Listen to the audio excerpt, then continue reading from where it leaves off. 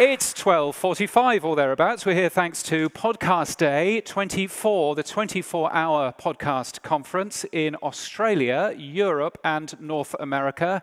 It's back this year in October. Not sure I can tell you that, but I've just told you, so there you go.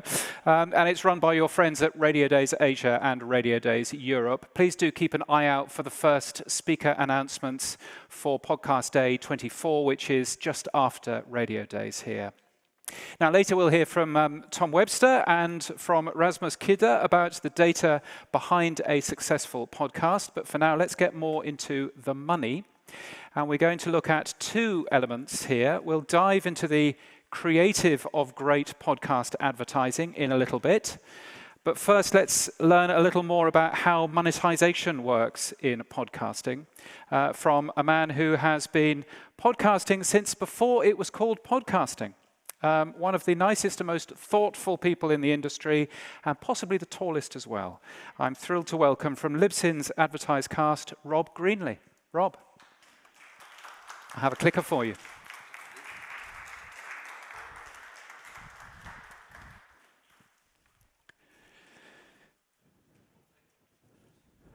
Is it on? Is it on? Okay. Thank you very much, James. It's great to be here. It's been many years since I've been in Sweden, but it's certainly great to be back, and excited to be here. The comeback of conferences again, especially in-person conferences, is something that I had grown accustomed to for many years, and it's great to see it coming back again. But that's not so much what we're here for, but let me see if I can get my deck here to work. Okay. That's me, Rob Greenlee. I live on the East Coast of the U.S. I'm originally from Seattle, but I'm the VP of Podcast Content and Partnerships at a podcast hosting company called Libsyn. I've been a podcaster, just a little background. I've been a podcaster since 2004 myself. I started on the radio in '99. And built an online show from that for many years, and then stopped that show in 2006 and started getting into helping other people do online radio and podcasting. So that's kind of my journey. I'm working in a lot of areas with like the Podcast Academy, and then also as a board member, and then also do a show myself called the New Media Show at newmediashow.com that's been around for about 10 years, all about podcasting. So I think it's safe to say that I have a passion for podcasting and really helping podcasters be successful as podcasters. And over the years, that's evolved into getting more involved in monetization, though I would say the beginnings of podcasting were pretty much anti-commercial, actually. Many shows in the early days of podcasting were looked down upon for having commercial endorsements or advertising in their podcasts. But as we all know, things have changed over the 18 years that podcasting has been around, and as investment has come into podcasting, we've seen a desire to get a return on that investment. And also a lot of people like yourselves that are trying to turn their careers into being involved in podcasting has been a big thing. And it was a big thing for me back when I first got my first job working for a company working on podcasts. That was back in 2005. And was working in mobile podcasting back in those early days, and it was a company that was building distribution all across the world back in those days, even in the early days of podcasting. But it's certainly the desire to earn income in podcasting has been an aspiration in the medium since day one. I think most people that want to invest a lot of time in something that they have passion for would love to be able to pay their mortgage with it. So that's why I'm here today, is to talk about that opportunity in podcasting as we look to the future and kind of give a little bit of a perspective on where it is. But I just wanted to quickly just mention, I know James covered this a little bit too, about kind of listening, because if we don't have listening, it's kind of hard to have an advertising business model around podcasting. Now, granted, that's not the only business model, but as we've seen, and what's really interesting is back in 2001, Norway and Sweden had over 30% of their population listening to podcasts. The U.S. is about 35%. This was back in 2001, and so what you can see is Europe and across the world has been exploding in podcast adoption and people consuming content coming from all parts of the planet, though a lot of it has been coming out of the U.S. in English. But that's been changing. And so what we see now is basically all across the world, the projections are showing up to 2024, the numbers are basically jumping as far as podcast listeners. So we're anticipating a huge increase in opportunity around, guess what, monetization. So, and it's not all about the U.S. It's this expansion is happening outside of the U.S. as audiences grow, and in some parts of the world, there's, it could exceed the listenership base that's been built over many years in the U.S. So, Canada has taken off. The Scandinavian countries are doing very well in growing listenership. So let me jump to the next thing is, well, why do podcast ads? I mean, what is the advantage of doing a podcast advertising campaign or podcast advertising in general? And it's really to reach and really target match niche audiences. So I probably didn't say that right, but it's all about reaching a targeted niche audience, and that's something that I don't know that radio's been able to take advantage of quite as much. TV maybe a little bit, but podcasting has a unique angle in this that's been building. Really has always been there. It's just, I think now we're starting to see data that actually can help us see that.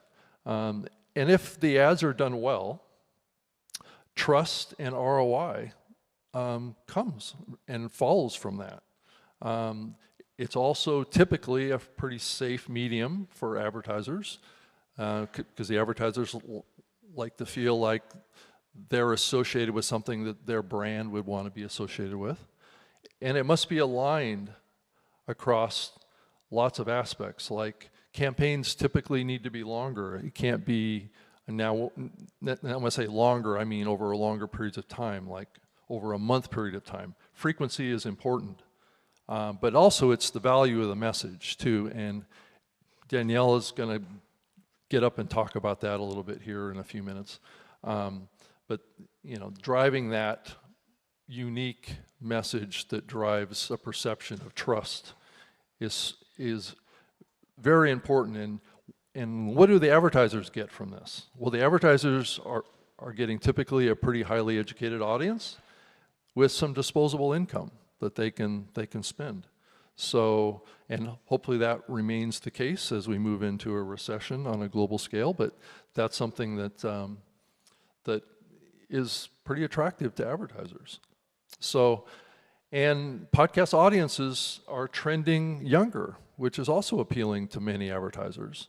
And they're also trending in older audiences as well. So, that middle age group has always been strong in podcasting, but that middle age group that really kind of built podcasting has been getting older.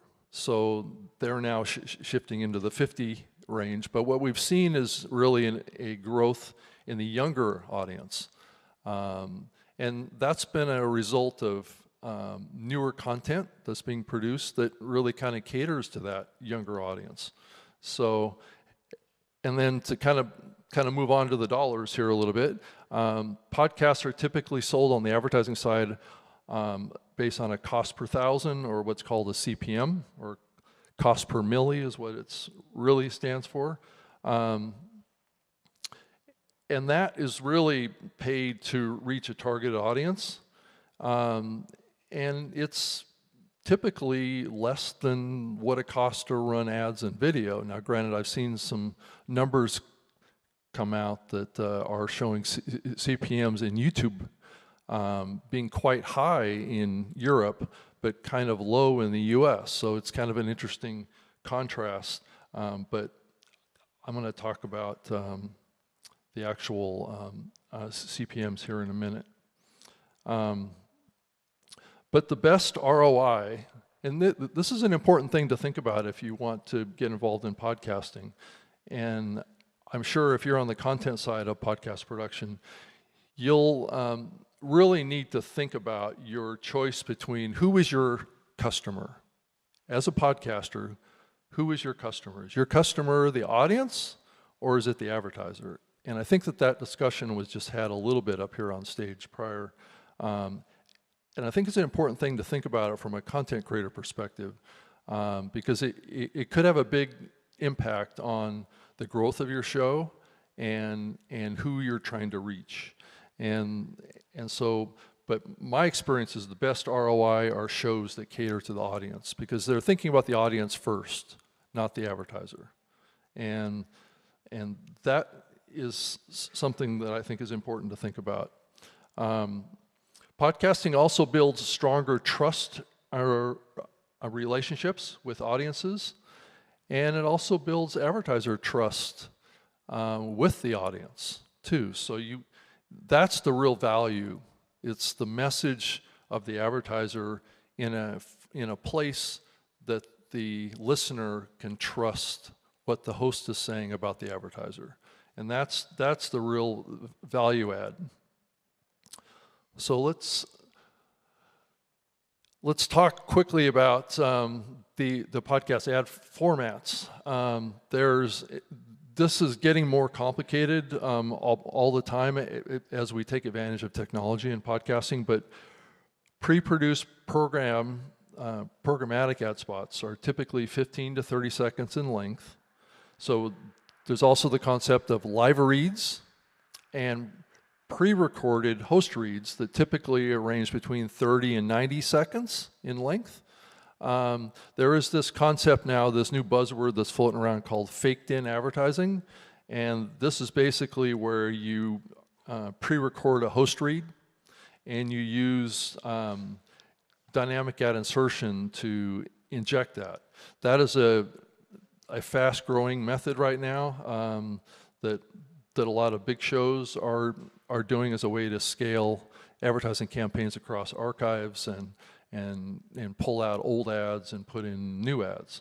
But baked-in ad reads are certainly still out there, an important part of the revenue mix in podcasting, but they are slowing. More and more content creators are discovering that running old ads is not good in the long run. But like I said, dynamic ad insertion is the trend line to keep an eye on and to get involved in, because I think the opportunity there is growing. So as far as formats of the ads themselves and where they're located in the content, I think early mid-rolls is ideal, though I would say pre-rolls are still big. A lot of advertisers want to be the first thing that's heard. But this gets back to the question of who you're catering to. You're catering to the advertiser, you're catering to your audience. Because my opinion is putting the ads in the content is better than putting it at the beginning of the content. If you put it at the beginning of the content, it's almost like putting up a little bit of a stop sign, to listeners. But that doesn't mean that there isn't value there to the advertisers. So you have to decide as a content creator who you're catering to is kind of my bigger point. On the CPM side, baked-in host reads typically pay the most. As logically you would assume when you bake in or you put in permanently an ad into a piece of content, guess what? That ad runs beyond the campaign window. So advertisers typically value that more. And that's usually $25 to $30 costs per thousand of listeners. And dynamically inserted host read CPMs are trending a little lower because the advertiser is not getting a bunch of free downloads and impressions. And those are ranging between $20 and $25 on the US currency. And pre-recorded programmatic ads, and these are usually more like radio-produced ads, but those ads are getting better. They're getting more kind of consistent with what people expect in podcast ads. Those are paying between $8 and $18 per thousand. So you can kind of see that gradient of value. And so I wanted to talk next about how are podcast ads actually done? So we talked about, kind of the value of them, and then we talked about kind of the formats of it. But how are campaigns sold? They're typically sold by ad agencies and ad buying rep firms that typically bundle and match podcasts to advertisers and basically walk in with a pitch that basically aligns with the goals of the brand or the advertiser. On the demographic side, they're able to package that buy in an attractive way and hopefully drive the highest CPMs out of that opportunity. And then there's the direct brand ad campaign buying marketplaces, and this is more of the programmatic ad buying, which tends to be it's going to become more and more auction-like in its buying process. So that could potentially, and we've seen a little bit of this happen already, where the CPM rates have kind of trended up on these programmatic ad buying platforms because there's not enough inventory in these marketplaces, and the brands are competing for those ad spots. Because podcasts are selling out. A lot of the bigger shows are selling out.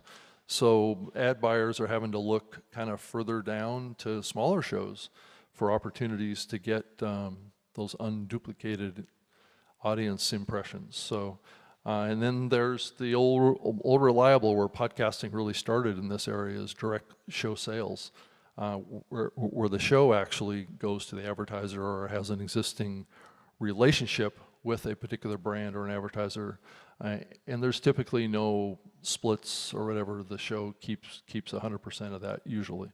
And then I kind of want to mention this too, and I think we're in a little bit of a transition on this in a perception standpoint, is that I know advertisers typically are buying CPM, right?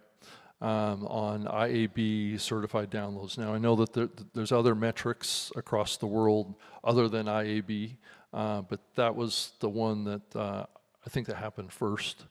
And so, it's not really even a standard. It's a guideline. So it's keep in mind, but that standard is not based on audience or actual listeners. It's just based on downloads. So a lot of brands are just buying downloads now. We're not really buying audience, even though many of the larger players in the podcasting space want to push audience buying in podcasting. That can be a little tough unless you're buying onto a proprietary listening platform that is able to get that actual play data. But I do think that there's a trend in that direction that more and more content is going to be listened to off of proprietary platforms that do have that. So, and that's kind of what I think this transition that's happening in that area. So as far as matching advertisers with shows, I think looking at brand demographics and podcast audience demographics is important, kind of matching those two things together. And then also really looking at matching podcast topics with brand,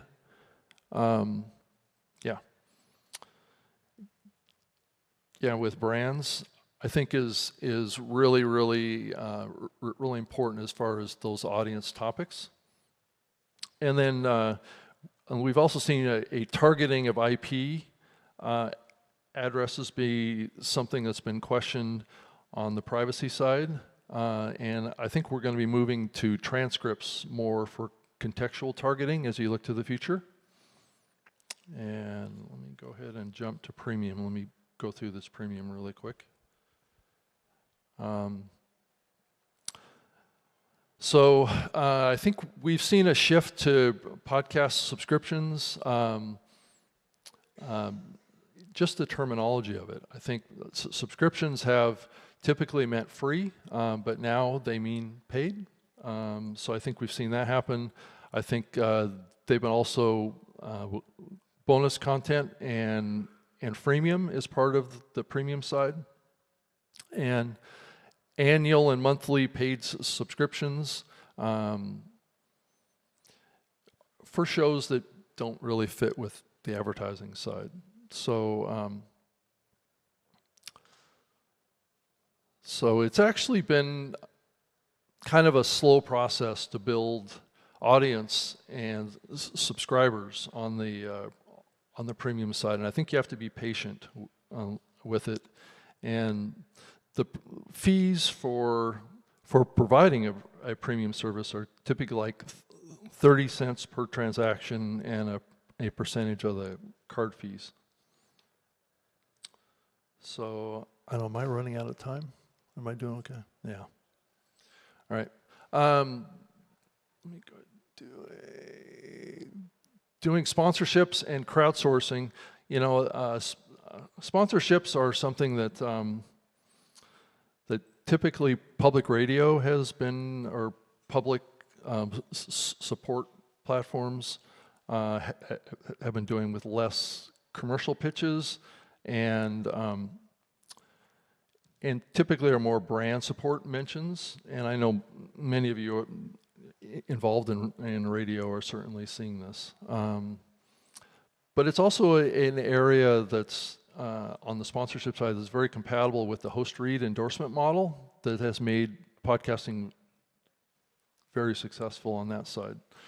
And it's,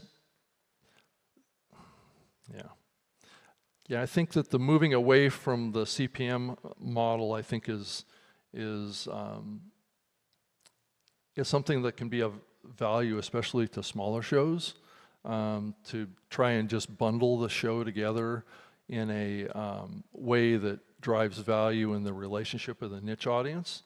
So I think we're seeing that happen in the GoFundMe stuff to seed the start of a podcast is certainly something that we've seen a lot of. But you certainly need to have a good base of followers to make that work. But well, that's my presentation, and thank you so much. And I want to bring up to the stage our next speaker, Daniela Murphy, who's from Acast, and she's the creative director in the UK. So I think you're going to come up and talk about podcast ad creative, and come on up.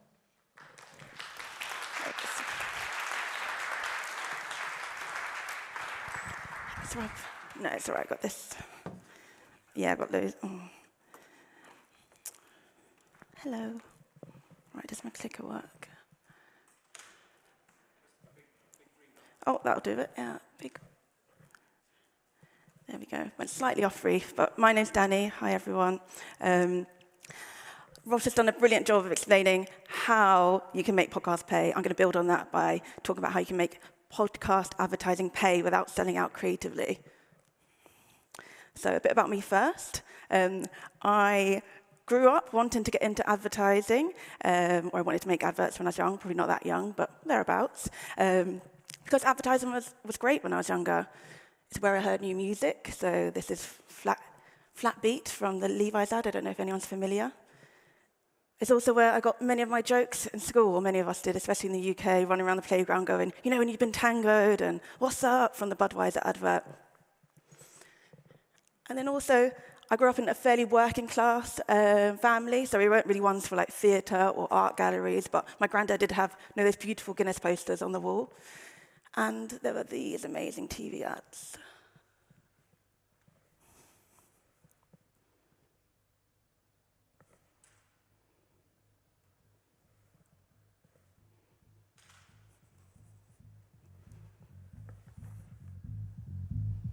He waits. That's what he does. And I'll tell you what. Tick followed tock, followed tick, followed tock, followed tick.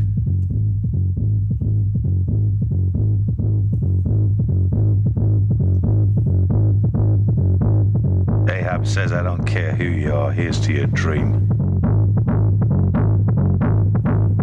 The old sailors return to the bar. Here's to you, Ahab! And the fat drummer hit the beat with all his heart.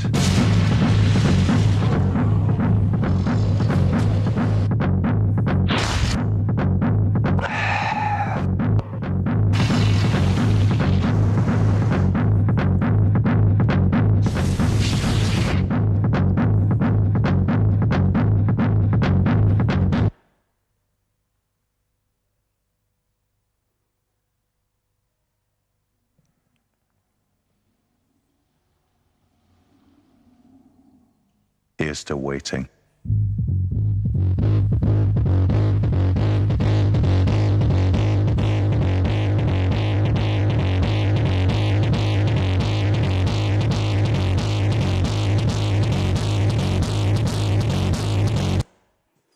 Genius, right? The silence, the strategy. I love it. And I've got one more for you. Big green button, Daniela. There we go. This might have been selling a TV, but it came a few years later, but for me it felt like art. And hopefully you see why.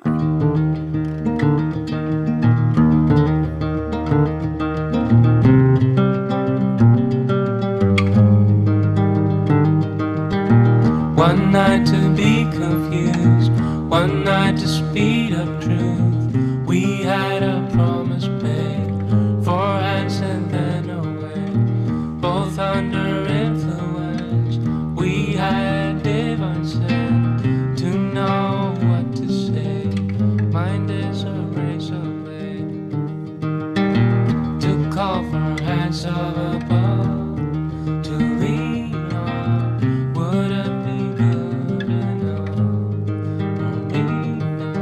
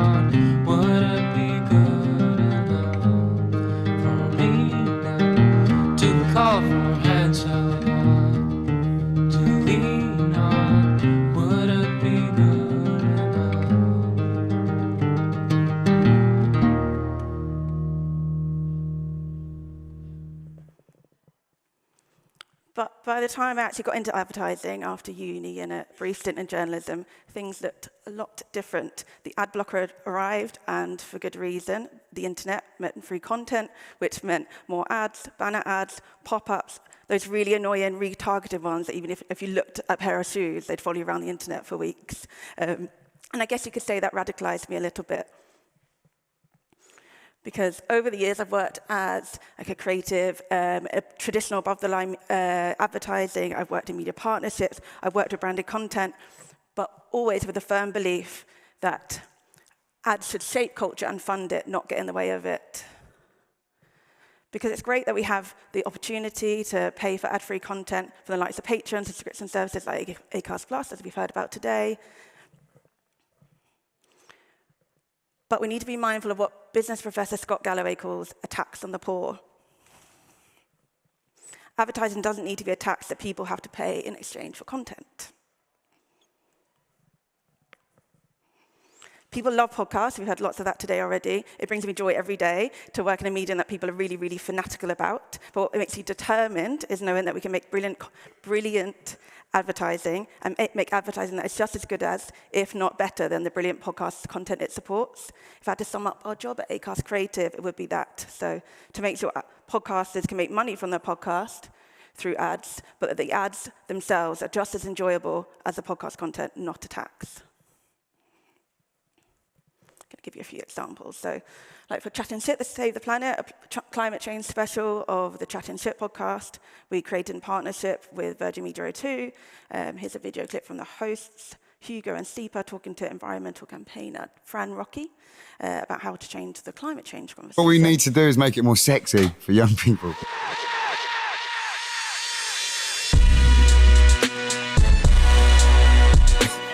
So I think maybe you should coin the phrase, you're making climate change sexy. Exactly, yeah. I'm making climate change sexy again.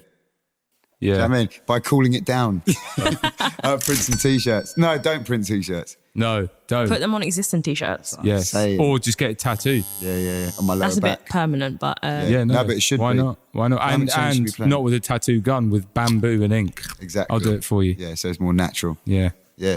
Love that. Search Chat and Shit wherever you get your podcasts. So that's just one clip from a full episode. So this is branded content, and even with a relatively unknown guest compared to some of the others on Chat and Shit, it became the top listened to episode ever, outperforming the non-branded content from the creators. So people tune in for an average of 38 minutes, and we pulled in more young listeners, so that was the target audience that's typically skeptical of advertising than ever before. Similarly, for Klarna, instead of your sort of standard ad discussing financial wellness, we decided to make a game for podcasters instead. In Britain, it's always been considered a bit rude to talk about money. But our good manners aren't as good as they seem. Talking about personal finances is important for our well-being and stops us feeling too awkward and ashamed to seek help when we need it. To break the stigma, Klarna and Acast made Money Talks, a card game with 50 carefully crafted questions to ease people into open chats about shopping, spending, and saving. Whether they're on a date, having dinner with a friend, or recording a podcast. From icebreakers to more personal questions, working up to the real good stuff. In what way has your upbringing influenced your spending habits? There are even fun wildcard exercises to help players bond with each other. Some of the most popular Acast creators played Money Talks in sponsor reads and full-length episode takeovers of their podcast. If your relationship with money were a film, what would it be called? Gone in 60 seconds. Resulting in laughter. So you've just decided to go the tight route then, Will, yeah? That's the path you're walking. Get your own drinks. Honesty. Money doesn't always make you happy, and like showing it off and having all these expensive things, like it's not the be all and end all. Yeah. And great advice. Think about what's important to you. And if it's not going to be value for you, then don't buy it. Best of all, it kick-started a conversation beyond audio, with people sharing their favourite questions all over social, and over 17,000 on a waitlist to claim a pack of cards. The demand for the Money Talks game played by podcasters was so huge it now lives permanently on the Klarna app, proving that with a little help, talking about money can feel rather good. It's been great, isn't it? It's always fun. It's always fun to have a good chat. And I think, if you can talk openly and have a bit of fun with it without being too serious, because I think that's the way you get messages across. So talking about content that people want to spend time with, that was 17,000 people on a wait list to play the game, which was an ad. And then people were listening to episodes where podcasters played the game, an ad, for an average of 36 minutes. And that, of course, pays off for brands, right? So if you make feel-good content or useful content, customers will feel good about you. So with that in mind, I thought I'd whiz through some tips for creative best practice, or as it's Sunday, 10 commandments for brilliant podcast advertising. Get a bit of Catholicism in there. And by advertising, I mean anything that in podcasting that Rob's taken you through. So these rules apply to 30-second spots and sponsories to original series and beyond. First and foremost, number one, respect your audience. Again, touching on what Rob has just said, I cannot stress this one enough. We are being bombarded with content every day and sold to at every corner. No wonder people hate it. Advertising sits in your head, goes the saying. And you might not agree with that, and research time and time again proves that people feel more positive about podcast advertising, but when 95% of people are listening to podcasts with headphones in, we need to take that accusation seriously. Audiences deserve empathy, they deserve respect at all times, but especially in such an intimate environment. So we have to ask ourselves, for any idea goes out the door, is it useful? Is it entertaining? Does it add value to people's lives? Would I want to spend time with it? One campaign I think demonstrates this sort of beautiful empathy and respect for podcast fans comes from the Acast creative team here in Sweden. They worked with Henrik, creator of Fall Asleep with Henrik. I'm not going to try and pronounce the Swedish and embarrass myself here. And Oatly to create a branded episode to fall asleep to. So the podcast, or the product, was weaved in throughout the episodes. It was set in an oat farm, using the sound and story of oat milk being created to lull people into a slumber. So instead of just saying, buy more milk, Oatly decided to add value to people's lives by giving them a good night's sleep. Number two, keep it simple. Podcasts are a high attention medium, but it doesn't mean we need to tell complicated stories or insist people try to remember 10 things about a brand. The most effective messages are always the simplest. So ask yourself, what is the single most important thing you need to communicate, and everything else can sort of be excluded and fall away. Number three, be believable. Advertising giant Bill Bernbach said that the most powerful element in podcasting is the truth, and this, of course, applies to podcast advertising too. 83%, the latest research, says that podcast listeners, 83% of podcast listeners say that their favorite podcasters feel like their friends, and friends don't lie to each other, and good friends don't. If you're working with a podcaster or you are a podcaster, don't pretend to love a brand you hate or enthuse about a product you never used. If you don't have the credibility to then borrow it, invite an expert onto the show or interview a real customer. Number four, embrace emotion. We try so hard to be sort of smart and strategic in advertising that if we forget we need to move people, that's really like our job. Make them feel something, whether it's rage, whether it's sadness, elation. Podcasts are about people, and people feel things, right? People are full of emotion. So we shouldn't forget that just because we're selling something.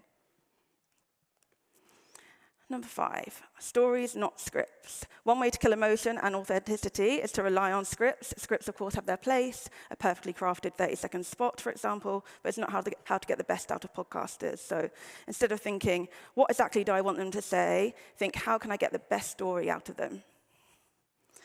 And this we used in the Klarna example. So we crafted questions and conversational prompts, and that resulted in far richer and unique stories from creators than if we were to script them and force the words in their mouth.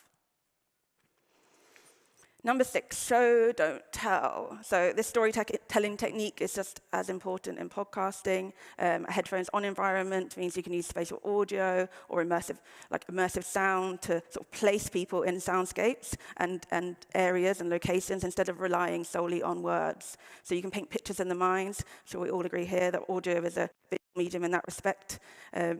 And showing someone how a product or a service is valuable is far more powerful than telling them it is. So like in the Sony Bravia TV ad, that showed us what life in high-res color would be like by bouncing thousands of balls down a hill in San Francisco by describing the TV's sort of pioneering tech.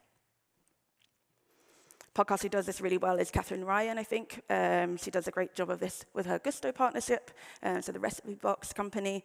Instead of just telling people how great the Recipe Box is, she shows us through sort of audio cook-alongs. Listeners are transported to her kitchen, and she shows us just how quick Gusto recipes are as she sort of chucks ingredients together. She shows us how enjoyable it is as her child comes in, so excitedly asking what's for tea, and we can picture how tasty it is as the pan sizzles. Number 7, don't copy and paste your creative. If you want to advertise in podcasts, you have to tailor it to the medium. Ideally, you also tailor it to the podcast it's in or around to, because generic won't cut it in podcasting. It's a highly, highly personal medium. Which of course means you shouldn't just reuse radio ads in the podcast space, as many brands do. Acast research from the UK, US, and Sweden indicates that listeners dislike hearing radio creative in podcasts and favor ads that are tailored to the environment. So don't just take my word for it. And number 8, at the same time, beware of podcasting cliche too, because that exists. So I don't know how well this go down. I've been playing a game recently, which is what would my favorite ads sound like now if they're in podcasts?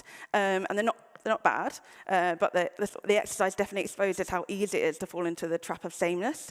If I play now, I'll read one out for Guinness. So we watched Surfer, that's at the beginning of this. And you can see how many podcast ad stereotypes you can detect. So remember the TV ad, and here's your little sort of bingo card. All right. I'm not a podcaster, so please excuse me. This episode is brought to you by Guinness. If you're anything like me, you don't want to wait for the good stuff. Why should you? Well, thanks to Guinness, or thanks to our partners at Guinness, you can now get a premium tasting experience delivered to your door in just a few clicks. I love the smooth, velvety taste of 4.2 ABV stout with the distinctively dark tasting notes and malts. It's a flavor innovation.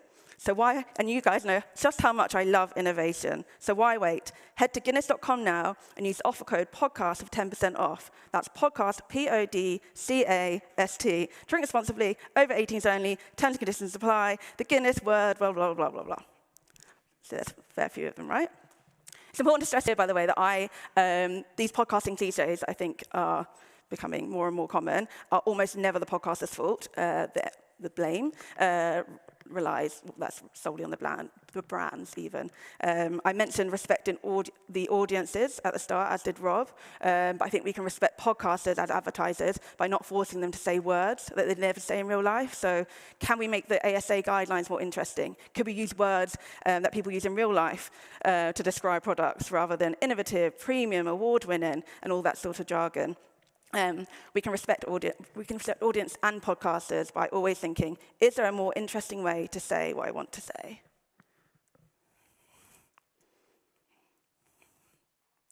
And number 9, think beyond the podcast. So podcast advertising doesn't need to be restricted to the formats you know. Take it out of the studio, make it live. Don't be restricted to what you think a podcast is and how it should behave.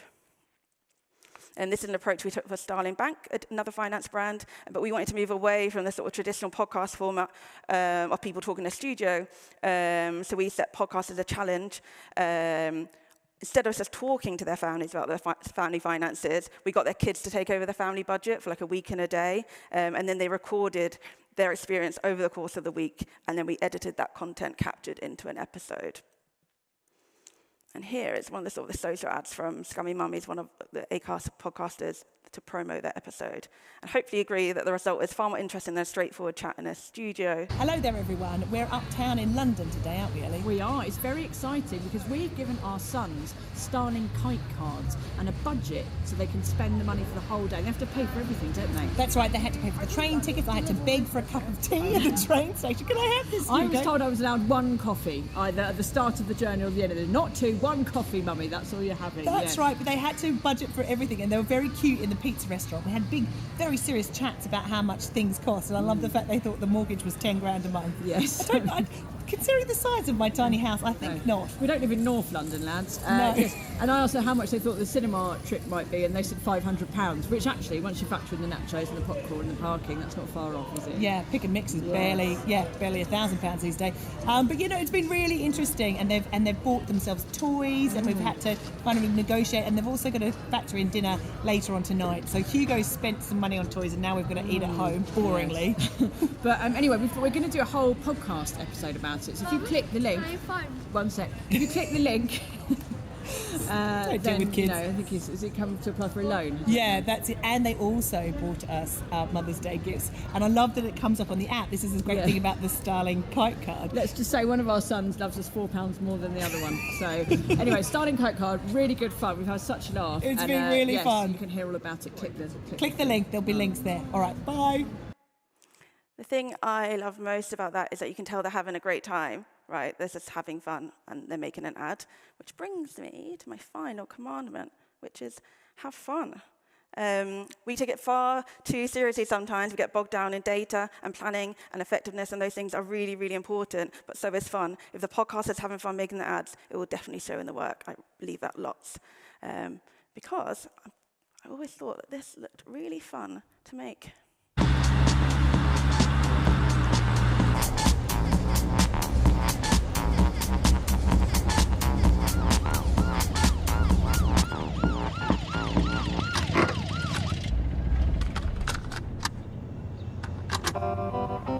Why can't you look and see?